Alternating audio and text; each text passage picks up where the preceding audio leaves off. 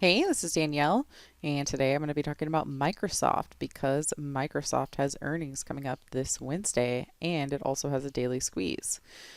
So, when a company has a squeeze and it also has earnings coming up, basically what that means is that it's consolidating, it's under pressure, and all it needs is a catalyst for it to break out.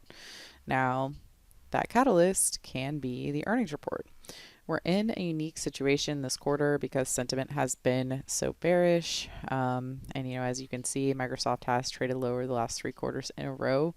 So we're in this kind of a situation where if things aren't as bad to be expected, especially because it's right up against resistance, all it needs is just one little piece of positive news and this thing could break out to the upside. So that's kind of what I'm looking for. Naturally, I think the next question is, well, would you bet on Microsoft to the bear side?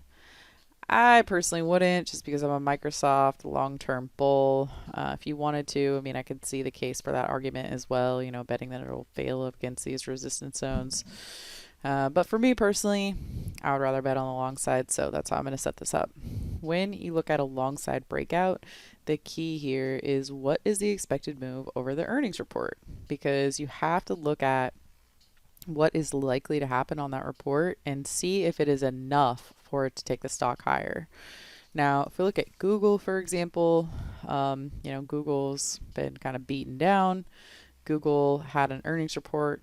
The expected move was $8. It only moved $5.79, and it was not enough for it to break out up above all of these resistance zones, specifically up above 180.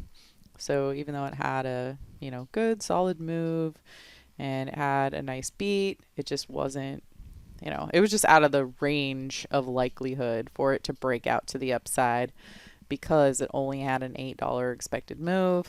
It just wasn't really enough. So it's like, well, Google did a good job, but womp womp. Next is going to be Microsoft. The question here is, okay, what is the expected move and could it be enough to cause it to break out above this resistance right here? The resistance right here is at 395. Right now we're trading at 391. Yes, I understand we still have 2 more days of trade before this company reports, but if we stay here or trade a little bit higher, the expected move is $16. So with a $16 move, even if it just gets a normal reaction, normal happy reaction, we would see that stock break through 395. And if it did that, where would it go? Well, I think 400 is a pretty obvious price target. It's a key psychological value. It's within range. It's actually less than the expected range.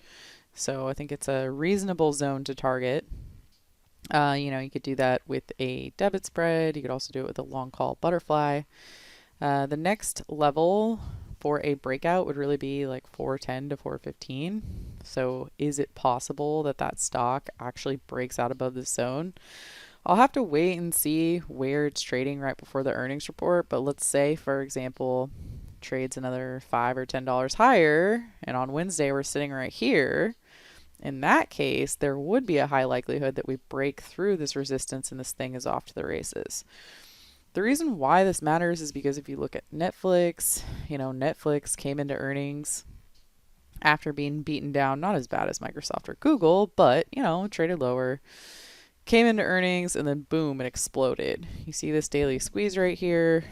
It exploded to the upside with that daily squeeze post earnings. So I would love to trade a move like that, and that's what I'm watching for. So I think that could happen, if we get through 395, and especially if we get through this 400 level, because that would be the spot where people would say, oh man, it's time to get back into Microsoft. So as far as the earnings trades are concerned, I'll be doing those in the Mastering the Trade room at Simpler Trading on Wednesday. But for right now, basically what I'm looking at is either going to be a call debit spread or a call butterfly targeting these upside zones. The upside zones have to be determined the day of earnings because you have to overlap them with the expected move and decide if you're looking for an expected move or a greater than expected move. But long story short is I'm watching Microsoft to see if this thing can break out to the upside after earnings and cause the NASDAQ to break out as well. Thank you very much. Hope you have a great rest of your day, and I'll see you in the next video. Hey traders, thanks for watching this video. If you want to make sure that you get all of our free trading content, make sure you hit subscribe and also give us a like and comment down below. If you want to learn more about us and if you want to join us for live trading in real markets with real money, make sure you go to simplertrading.com where you can join us for more info. Thank you very much and have a great day.